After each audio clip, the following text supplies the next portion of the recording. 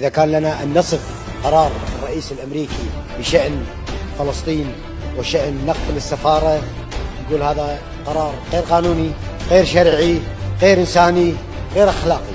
هذا القرار ما جاء عبث.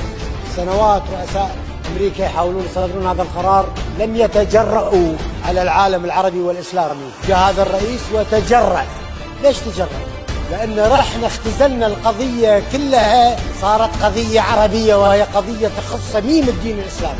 صحيح فلسطين ذات هوية عربية، ولكن القضية مو قضية عربية فقط، قضية عربية، قضية إسلامية، قضية عالمية إنسانية.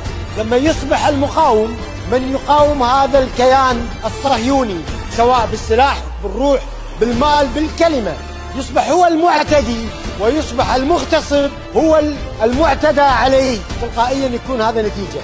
لما نمكن المتصهين، بعد مو صهيوني، اللي يبي يلبس ثوب الصهيونية، نمكنه من رقاب المسلمين ونمكنه من رقاب العرب، يصبح هذا حال الأمة. نحن هنا نتحدث عن موقف شعبي. الشعب الكويتي يرفض وجود هذا الكيان ويرفض ممارسات هذا الكيان، ولن نكون عامل من عوامل المشاركة في بناء هذا الكيان المتصهي الصهيوني.